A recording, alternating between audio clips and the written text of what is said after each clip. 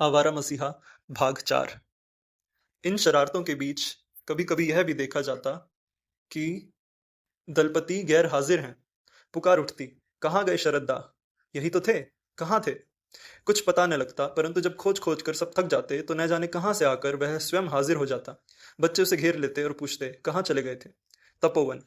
यह तपोवन कहाँ है, हमें भी दिखाओ। उसने किसी को भी तपोवन का पता नहीं बताया, लेकिन सुरेंद्र मामा से उसकी सबसे अधिक पटती थी। शायद इसीलिए कि सुरेंद्र ने उसकी माँ का दूध पिया था। वह अभी छोटा ही था कि उसकी माँ के फिर संतान होने की संभावना दिखाई दी। उधर शरत का छोटा भाई शैशव में ही चल बसा था। तब उसकी माँ ने सुरेंद्र को अपना दूध पिलाकर पाला था। इसलिए बहुत अनुनय विनय करने पर एक दिन वह उसको साथ लेकर अपने तपोवन गया। जाने से पूर्व उसने सुरेंद्र से कहा, मैं तुझे वहां ले तो चलूंगा, परंतु तू सूर्य, गंगा और हिमालय को साक्षी करके यह प्रतिज्ञा कर कि किसी और को इस स्थान का पता नहीं बताएगा। सुरेंद्र बोला, मैं सूर्य को साक्षी करके प्रतिज्ञा करता हूँ कि किसी और को इस स्थान का पता नहीं बताऊंगा। मैं गंगा को साक्षी करके प्रतिज्ञा करता हूँ कि किसी और को इस स्थान का पता नहीं बताऊंगा। मैं हिमालय को साक्षी करके प्रतिज्ञा करता हूँ कि किसी और को इस स्थान का पता नहीं बताऊंगा। अब चल। घोष परिवार के मकान के ऊपर घोष परिवार के मकान के उत्तर में गंगा के बिल्कुल पास ही एक कमरे के नीचे नीम और करौंदे के पेड़ों ने उस जगह को घेरकर अंधकार से आच्छन्न कर रखा था। नाना लताओं ने उस स्थान को चारों ओर से ऐसे ढक लिया था कि मनुष्य का उसमें प्रवेश करना बड़ा कठिन था। बड़ी सावधानी से एक स्थान की लताओं को हटाकर शरद उसके भीतर गया। वहां थोड़ी सी साफ सुथरी जगह थी। हरी हरी लताओं के भीतर से सूर्य की उज्जवल किरणें छन छन कर आ रही थी और उनके कारण स्निग्ध हरित प्रकाश फैला हुआ था। देखकर आंखें जुड़ाने लगी और मन गदगद होकर मानो किसी स्वप्न लोक में पहुंच गया। एक बड़ा सा पत्थर वहां रखा था। उसके ऊपर शरत बैठकर सुरेंद्र को बुलाने लगा। आ, आजा। सुरेंद्र डरते डरते पास जा बैठा। नीचे खर स्त्रोता गंगा बह रही थी। दूर उस पार का दृश्य साफ साफ दिखाई दे रहा था। मंद मंद शीतल पवन की मृदु हिलोरें हिलोरें शरीर को पुलक से भर रही थी। सुरेंद्र ने मुग्ध होकर कहा, यह जगत तो बहुत सुंदर है। शरद बोला, हाँ, इस जगह आकर बैठना मुझे बहुत अच्छा लगता है। न जाने क्या क्या करता हूँ, बड़ी बड़ी बातें सब यही दिमाग में आती हैं। सुरेंद्र ने कहा, सचमुच ऐसा लगता है कि जैसे तपोवन में आ गया हूँ। आज समझा हूं कि तुमने इस बार अंक गणित में 100 में से 100 नंबर कैसे हासिल किए। न जाने कितनी बार वह इस पवित्र मौन एकांत में आकर बैठा होगा। दूर से आती बच्चों की शरारतों की आवाजें गंगा की कलकल ध्वनि में मिलकर एक रहस्यमय वातावरण का निर्माण करती होंगी। प्रकृति का सौंदर्य जैसे उसके थके तन मन को सहलाता होगा।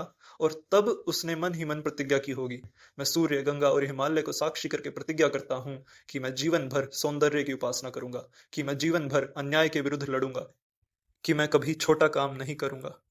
उसने अनुभव किया होगा कि घर में एकांत नहीं है। जरा सी ध्वनि मस्तिष्क में प्रतिध्वनि पैदा करती है और उभरते हुए चित्र को धुंधला कर देती है। तभी उसने इस तपोवन को ढूंढ निकाला होगा। लेकिन उसने अंक गणित में ही 100% अंक नहीं पाए थे। अंग्रेजी स्कूल के प्रथम वर्ष में उसने परीक्षा में प्रथम स्थान भी पाया था। हुआ यह कि छात्रवृत्ति की परीक्षा पास करने के बाद अंग्रेजी पढ़ने के लिए उसे नीचे की कक्षा में दाखिल होना पड़ा। इसलिए दूसरे विषय उसके लिए सहज हो गए और वह बीच में ही एक वर्ष लांघ कर ऊपर की कक्षा में पहुंच गया। इन सब बातों से जहां मित्रों में उसकी प्रतिष्ठा बढ़ी, वहीं गुरुजन भी आश्वस्त हो गए। स्कूल में एक छोटा सा पुस्तकालय भी था।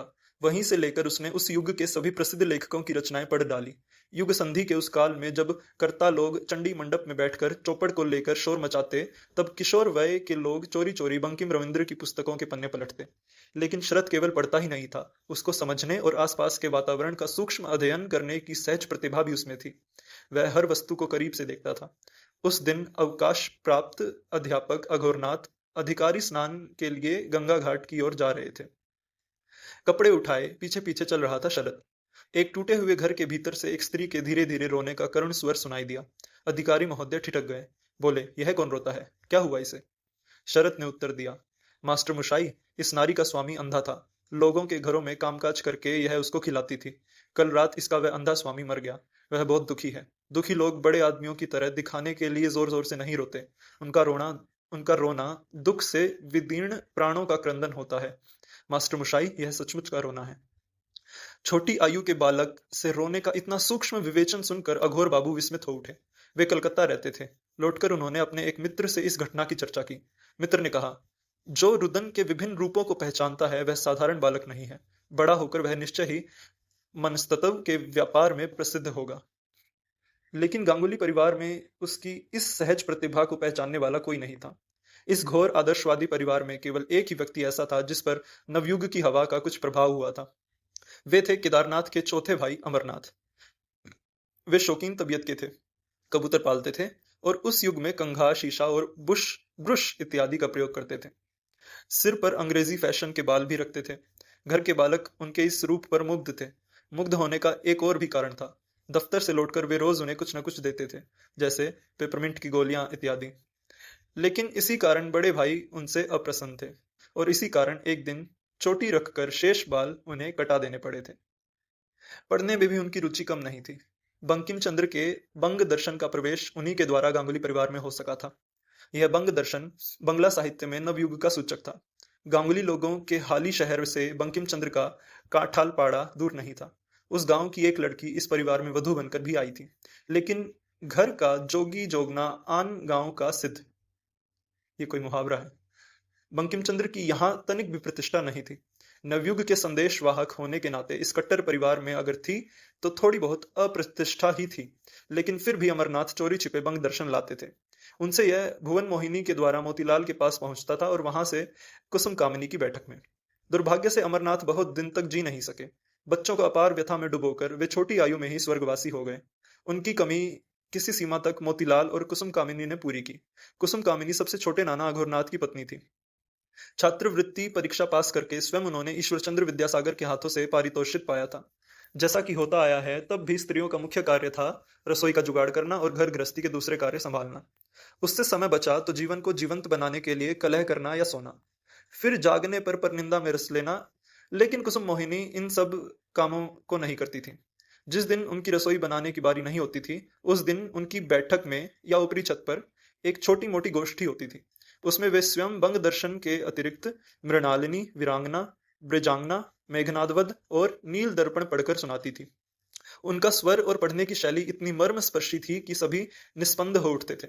बालक शरद आश्चर्य और आदर से भरकर सोचता कि लेखक भी कितना असाधारण व्यक्ति होता है। संभवतः उसके मन में तब लेखक बनने की बात नहीं उठी थी, पर उसने लेखक को मनुष्य से ऊपर अवश्य माना था। यह उसके उपार्जन करने का युग था, लेकिन बनने का नहीं। इस गोष्ठी में उसने साहित्य का पहला पाठ पढ़ा था और फिर बहुत दिन बाद पढ़ी बंग दर्शन में कवि गुरु की युगांतकारी रचना आंख की किरकिरी। पढ़कर उस किशोर को जो गहरे आनंद की अनुभूति हुई, उसको न वह किसी को बता सका, न जीवन भर भूल ही सका। अब तक उसका मन भूत प्रेतों की कहानियों से ही आतंकित रहा था। इस नए जीवन दर्शन ने उसे प्रकाश और सौंदर्य के एक नए जादू भरे संसार में पहुंचा दिया। जैसे पुष्किन की रचना पढ़ने के बाद तालस्ताय पुकार उठे थे, मैं पुष्किन से बहुत कुछ सीख सकता हूँ, वे मेरे पिता हैं, वे मेरे गुरु हैं। वैसे ही शरत ने कहा होगा, मैं उनसे बहुत कुछ सीख सकता हूँ, वे आज से मेरे गुरु हुए। यहाँ गुरुदेव गुरुदेव रविंद्रनाथ ठाकुर की बात की जा रही है। और सचमुच शरत जीवन के अंतिम क्षण तक उन्हें अपना गुरु ही मानते रहे। वास्तव में मणि शरत की शिक्षा का आदि पर्व कुसुम कामिनी की पाठशाला में ही शुरू हुआ था। पाठ्य पुस्तक का क्रम समाप्त होने पर साहित्य की बारी आती थी।